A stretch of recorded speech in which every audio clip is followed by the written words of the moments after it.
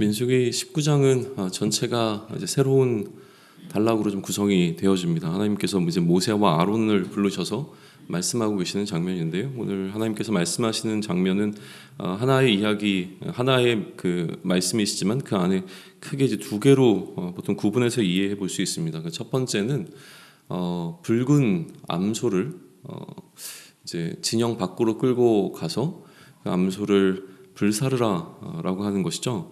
그래서 재로 만드는 겁니다. 재를 만들 때에 6절에 보게 되면 백향목과 우술초와 홍색실을 가져다가 암송아지를 사르는 불 가운데 던치라라고 이야기를 하시면서 정결함을 의미하는 것들을 이 소위 얘기하면 이제 레시피로 제시하시면서 그것을 다 불태워서 재를 만들 것에 관한 이야기를 하세요.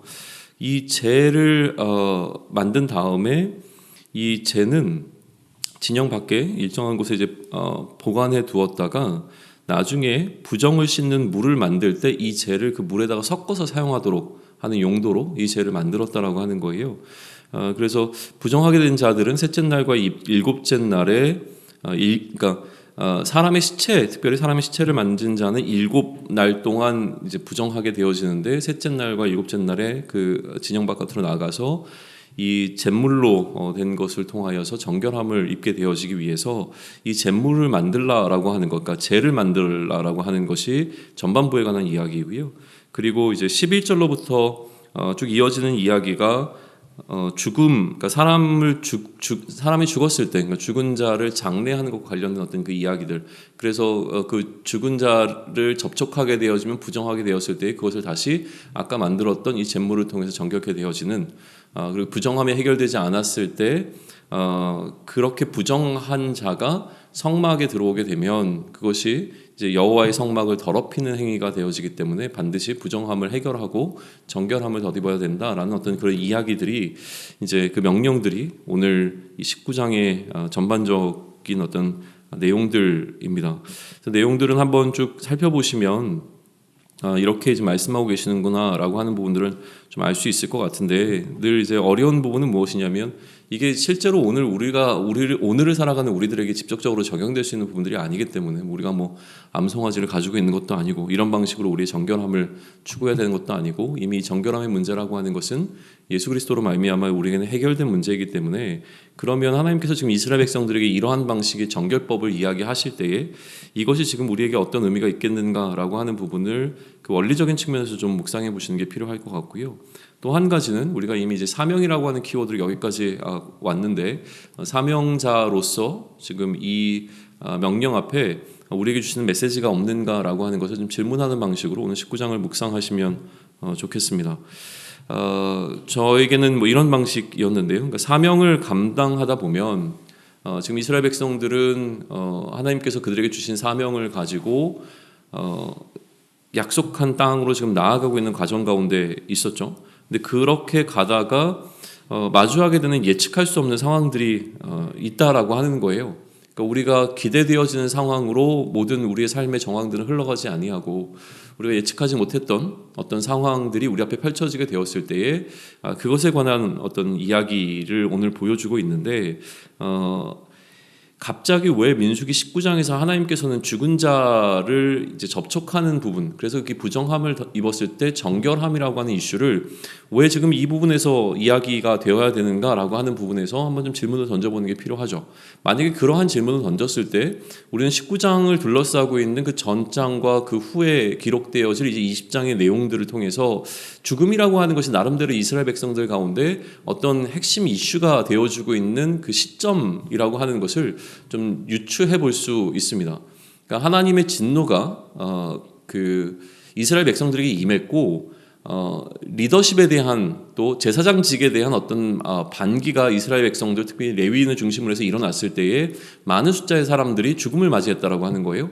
물론 또 그 이전에도 전쟁에 나갔다 죽었던 사람들도 있었고, 그러니까 죽음이라고 하는 이슈가 지금 이스라엘 백성들 가운데는 계속 어떤 공포일 뿐만이 아니라 또 자신들의 가족들이 죽음을 맞이하게 되었을 때에 갖고 오는 어떤 슬픔이라든가 그들에 대한 어떤 뭐 예우라고 해야 될까요? 어떤 장례의 절차라든가 이런 부분들이 어떤 한 사람 한 가정의 이슈라면 그게 큰 문제가 되지 않을 겁니다. 그러나 많은 숫자의 사람들이 그런 일을 당하게 되면 그런 일은 사회적 이슈가 되어버리죠. 그러니까 우리 안에 어떤 우리 가정에 문제가 있을 때 그것은 우리 가정의 문제로 끝나지만 만약에 여러 가정들이 공통된 문제를 경험하고 있다. 재정적인 어려움을 경험하고 있다고 한다면 그 재정적인 어려움은 이 시대를 살아가는 사회적 이슈가 되어집니다. 만약에 우리 가정 가운데 어떤 특정한 사람이 감기로 인해서 아프고 있는데 다른 많은 가정들도 지금 감기로 인해서 아프고 있다고 한다면 이 감기라고 하는 이슈는 단순히 어떤 가정의 개인사를 넘어서서 이게 사회적 이슈가 되어지는 거죠. 그러니까 지금 죽음이라고 하는 것도 이스라엘 공동체 안에서 사회적 이슈가 되어졌던 것이 분명해 보이고요. 또 20장으로 넘어가게 되면 어떤 내용들이 기록되어 있냐면 이스라엘 백성들 가운데서 굉장히 리더십을 갖고 있었던 두 사람의 죽음이 기록되어져 있습니다. 미리암과 이제 아론의 죽음이라고 하는 이 두 사람의 죽음에 대한 부분들을 이제 기록해 나가는 과정 속에서 이 죽음이라고 하는 이슈와 이 죽은 자를 접촉하고 죽은 자를 이제 절차를 거쳐서 장례하는 거라든가 이런 부분들에 대한 부분들을 이야기하기에 앞서 아마도 이런 어떤 그러니까 사람의 시체를 만지는 일에 대한 이야기를 지금 하고 계시는 것이 아닌가라고 하는 그 생각을 좀 가질 수 있을 만한 이제 근거들이 그렇게 놓이게 되는 것이죠. 또 하나 이 부정함, 그러니까 시체를 그러니까 죽은 자 이렇게 표현 시체라고 표현하면 좀 약간 좀 멀어 보이고요. 내 가족 가운데서 이제 장례를 치러야 되는 어떤 사람들이 존재할 때에 반드시 그것을 이제 해야 하는데 이 해야 할 때에 걸리게 되는 부분은 무엇이냐면 부정의 문제라고 하는 거예요. 내가 너무나 사랑했던 사람인데 이 사랑했던 사람이지만 그 사람의 생명이 다하고 난 다음에 접촉하게 되어지면 그것이 이제 오게 되어지는 나의 아무리 가까운 사람이었고 어떠한 생전의 관계를 맺었느냐와 상관없이 그 죽음 사후에 그 신체에 접촉하게 되면 그것이 부정의 이슈가 되고 부정의 이슈가 되어지는 것을 끝나는 것이 아니라 지금 명백하게 하나님께서는 그 부정함을 깨끗하게 하지 아니하면 그것이 성소를 더럽히게 되는 일이고 그렇게 되면 너희는 회중 가운데서 끊어질 것이라고 이야기를 하시니까 사실은 산자에게 이 부분은 굉장히 중요한 이슈가 되어질 수밖에 없다는 거죠. 그럼 이 부정함을 어떻게 넘어설 수 있겠는가? 그리고 또 이러한 어떤 모순적인 상황 가운데서 나는 어떻게 이 행동을 해야 되는가라고 하는 것이죠. 내가 더럽혀지지 않기 위해서 지금 그러니까 죽은 자를 장례하는 것에서부터 내가 손을 뗄 것이냐 아니면 내가 감당해야 될 것이냐 뭐 이런 것에 대한 이슈들이 그들 가운데 분명히 있었을 것 같고요. 그러니까 그런 부분들에 대해서 해결하는 어떤 방안에 대한 이야기가 오늘 19장에 기록된 것으로 우리는 이해해 볼 수 있다라고 하는 거예요.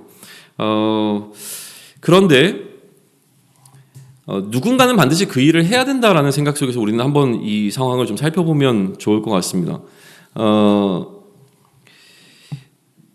첫 번째 좀 논의하고 싶은 것은 무엇이냐면 그래서 이들에게 하나님께서는 정결함이라고 하는 이슈를 좀 알려주고 계시는데 그러니까 어떻게 하면 부정했던 자가 정결케 되어지는 것인가 라고 하는 이야기를 하시는데 이 정결케 되어지는 과정 가운데서 우리는 이런 한번 상상을 해볼 수 있습니다. 그러니까 예배가 적용될 것 같은 상황들이 있다라고 하는 거예요. 물론 법은 그렇지만 그럼에도 불구하고 우리가 살다 보면 그래도 어떻게 법을 그대로 다 따라갈 수 있겠어? 이런 상황 가운데서는 비상한 상황이니까 조금 우리가 뭐 유도리라고 보통 얘기하잖아요. 어떤 플렉시블한 부분들, 유동적인 어떤 부분들을 가지고 이 법을 우리 삶 가운데 적용시킬 수 있지 않겠어라는 이야기가 나올 법한 상황이 지금 이스라엘 백성 가운데 있다는 거예요. 많은 사람들의 죽음이 그들 앞에 있고 또 그것들이 이 사회적 이슈가 되었을 때는 오히려 원리와 원칙을 지키는 것보다는 조금 더 다른 방법으로 우회할 수 있게끔 되어질 수도 있을 것 같고 또 하나님께서도 지금 특별한 어떤 개입을 통하여서 이들에게 무언가 조금 더 쉽고 간편한 방식으로 이들의 정결함을 해결해 주실 수도 있을 것 같은데 지금 하나님께서 이들에게 제시하는 방법은 무엇이냐면 7일간의 기간을 반드시 거치라고 하는 이 명령을 이들에게 주고 있다라고 하는 거예요. 또 이 7일 동안은 어떻게 보면 이 예배자들과 제사자들에게 있어서 일상이 멈춰지는 시간 같은 시간이었겠죠. 그리고 자신의 정결함을 기다리게 되어지는 어떤 기다림의 시간이 될 수밖에 없습니다. 왜냐하면 이 7일 동안은 성막에 나아갈 수가 없고요. 그러니까 그 느낌 자체가 일단 공동체에서 그 마지널이라고 하는데 그 바운더리 바깥으로 좀 밀려나게 되는 어떤 상황으로 계속 이제 경험하게 되는 것이죠. 그런데 이러한 상황을 하나님께서는 무언가 조금 더 편리하고 간편하고 빠르고 신속하게 해결할 수 있는 방식이 아니라 그들에게 필요한 그 충분한 기간을 반드시 거쳐야 될 것에 관한 이야기를 하시면서 이들에게 이러한 제도를 세우고 있다라고 하는 사실을 우리는 한번 주목해 볼 필요가 있을 것 같습니다. 그리고 또 하나 만약에 우리가 제사라고 하는 것이 너무나 중요하다면 이 전후가 바뀌는 거죠. 그러니까 하나님께 제사를 드리는 게 더 중요하니까 지금 나의 부정의 문제를 신속하고 빠르게 해결할 수 있는 어떤 방법을 찾을 수 있지 않을까라고 하는 생각을 갖게 될 만한 상황 가운데서 그것이 아닌 것을 지금 보여주고 있는 장면으로도 이해해 볼 수 있다라고 하는 거예요. 그러니까 제사가 물론 중요하지만 더 중요한 것은 무엇이냐면 제사자가 정결해야 된다라고 하는 부분이 더 강조되고 있는 것이죠. 그러니까 이 부정의 문제가 해결되지 아니하고서는 이 하나님 앞에 예배드리는 것 자체가 의미가 없다라고 하는 것으로도 이해해 볼 수 있고, 그러면 이것을 지금 우리가 조금 더 오늘을 살아가는 우리들에게 확대해 볼 수 있다면 우리에게 이제 회개의 문제라고 하는 것들, 회개를 통하여서 우리의 문제가 해결되고 난 다음에 하나님 앞에 예배자로 서는 이 부분들에 대한 것들도 우리는 묵상해 나갈 수 있을 거라고 생각을 합니다. 또 다른 포인트는 무엇이냐면 누군가의 희생이 반드시 필요한 상황에 대한 이야기가 이 안에 좀 흐르고 있다는 거예요. 나중에 다시 한번 이제 19장을 찬찬히 살펴보시게 되어지면 무언가 조금 앞뒤가 좀 안 맞는 것 같은 느낌을 받으시는 분들이 간혹 계실 겁니다. 왜 그러냐면 부정한 것을 만지면 부정해지고 부정한 자가 만진 것을 만지면 부정해지게 되어지는데, 지금 이 누군가는 부정한 자가 되어야 되는 상황, 어쩔 수 없이 부정한 자가 되어야 되는 상황으로 하나님께서는 이 명령을 주고 계시는 부분이에요. 왜 그러냐면 죄를 만들 사람이 일단 필요했습니다. 죄를 만들 사람과 잿물을 뿌릴 사람이 필요했는데 이 두 사람의 입장에서 한번 살펴보게 되어지면 두 사람뿐만이 아니라 이제 제사장과 돕는 사람들이 있었으니까 사실은 여러 사람이 이 일에 관여를 하게 되어지는데, 그런데 죄를 만들기 위해서는 아까 얘기했던 붉은 암소를 불태워야 되는 것이죠. 보통 하나님께 드려지는 제사의 제물은 숫소였습니다. 그러나 지금 이제 암소가 드려지고 있는 상황이고 또 성막이 아니라 진영 바깥에서 불태우고 있다라고 하는 이 사실을 통해서 지금 여기서 만들어지고 있는 이 불태움이라고 하는 것은 하나님께 드려지는 제사가 아닌 게 너무나 분명해요. 그러다 보니까 이러한 것은 하나님을 향한 제사를 위한 죽음이 아니라 짐승의 사체가 되는 것이죠. 그러다 보니까 그 과정 가운데 이 함께 인볼브되어 있던 모든 사람들은 전부 다 부정하게 되어지는 거예요.